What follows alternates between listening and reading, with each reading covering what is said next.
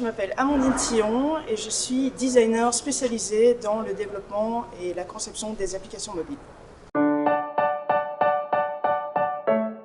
L'UX, qui veut dire en fait expérience utilisateur, ça correspond à la qualité de l'expérience globale que l'utilisateur va vivre lorsqu'il est en interaction avec une interface, un produit ou un service qui soit digital ou pas. Donc c'est vraiment le ressenti global, tant au niveau du fonctionnel que de l'émotionnel. Ça englobe les deux aspects. En fait, moi je pense que l'UX va devenir dans les années à venir un critère différenciateur au même titre que le prix d'un produit ou la fonctionnalité d'un produit. C'est-à-dire qu'aujourd'hui, si un utilisateur utilise votre app et ne comprend pas comment celle-ci a été créée, il va directement partir, il ne va plus faire l'effort de rester. Donc c'est très important d'intégrer la UX dans la conception de votre produit, puisque on sait que si on ne l'intègre pas en amont de la conception, ça va nous coûter environ 100 voire 150 fois plus cher de réparer ce qu'on a mal fait au démarrage que de bien le faire directement et investir pour bien le faire. C'est très important de la prendre en compte parce que ça fait du design, pas simplement quelque chose d'esthétique, mais quelque chose d'intelligent. Le client va être touché par l'esthétique, mais il va d'abord être touché par le fait qu'il comprend ce que vous voulez lui communiquer, ou il a facilement accès aux services qu'il recherche. Donc le design et l'esthétisme, ça vient après la facilité de compréhension. C'est la petite touch finale qui fait qu'on peut se différencier et qu'on trouve une marque sexy. C'est pas le socle. Concernant le design, il y a pas mal de règles d'ergonomie. Moi, j'ai tendance à dire simplement de se mettre dans la peau.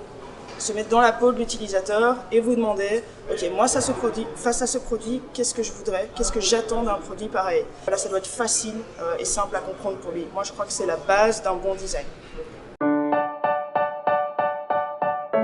Ce n'est pas digital ou pas digital, c'est une expérience.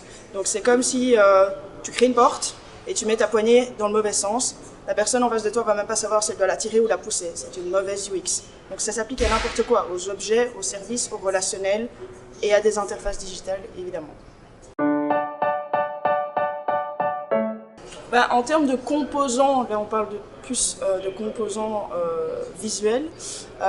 Moi je trouve ça très intéressant ce qu'ils ont fait avec tout ce qui est les QR scans. Le fait, en gros, de transformer une quantité impressionnante d'informations que nous, on n'a pas envie de lire, en un QR code qu'on va simplement scanner.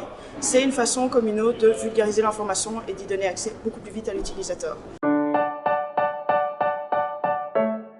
Mauvais exemple, on en a un qui est assez parlant, qui est l'exemple de Snapchat ces dernières semaines, vous avez peut-être entendu parler, où là en fait ils ont essayé d'améliorer l'expérience utilisateur en disant on va faire une application qui est beaucoup plus proche de vous, beaucoup plus intime.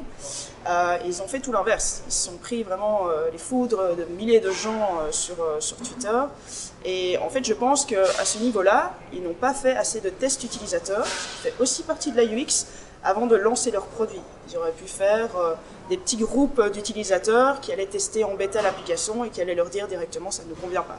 Donc ça c'est un exemple parlant d'une mauvaise gestion de la UX, c'est de se dire on pense que pour nous c'est une bonne idée, on pense à la place de l'utilisateur, on n'a pas assez demandé et voilà le résultat.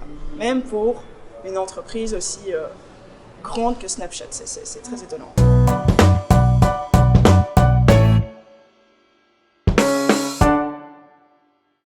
Bonjour mamie, je vais traiter bonjour à toute ma famille et remercier de m'avoir mis au monde.